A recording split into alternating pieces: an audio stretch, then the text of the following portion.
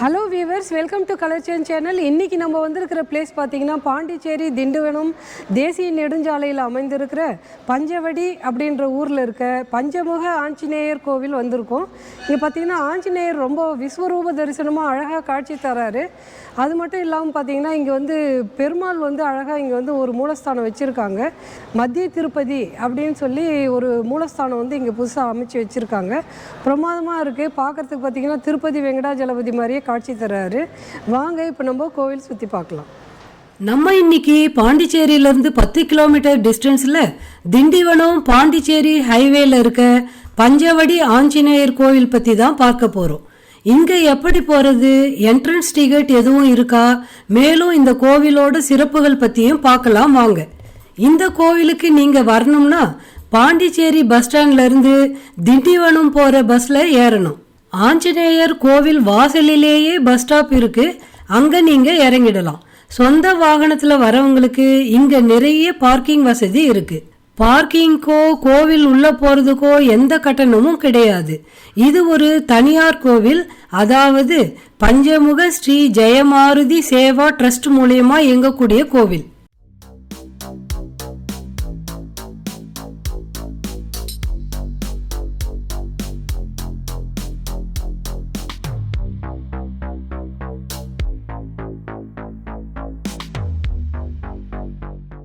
கோவில் உள்ள என்ட்ரானதும் 36 அடியில மிக பிரம்மாண்டமா விஸ்வரூப ஹனுமன் நமக்கு தரிசனம் கொடுப்பாரு.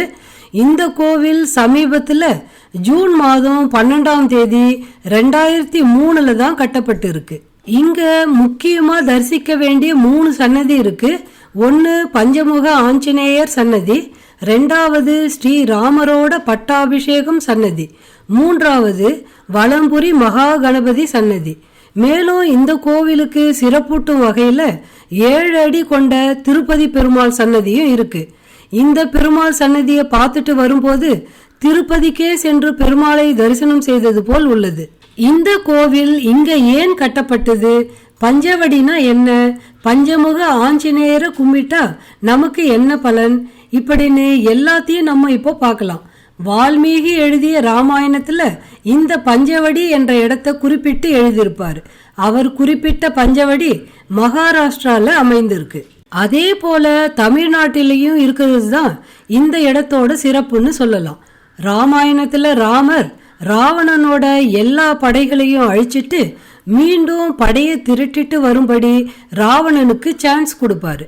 அப்போ ராவணன் மயில் ராவணன் என்ற அசுரன் கிட்ட உதவி கேட்பான். மயில் ராவணனும் அதுக்கு சம்மதிச்சு ராவணையும் லட்சுமணனையும் நரபலி கொடுக்கும் தீய சடங்கு செய்ய திட்டம் போட்டான். விபீஷ்ண இந்த திட்டத்தை ராமர் கிட்ட உடனே சொல்லிடுறாரு. இந்த திட்டம் தோல்வி அடைய ஸ்ரீ ராமர் அனுமனை அழைக்கிறார். பிறகு ராமர் அனுமனை ஆசீர்வாதம் செய்து மேலும் நரசிம்மர், வராகமூர்த்தி, அயகிரிவர் மற்றும் கருடரை வணங்கிட்டு போகணும்னு அறிவுரையும் கொடுக்கிறாரு.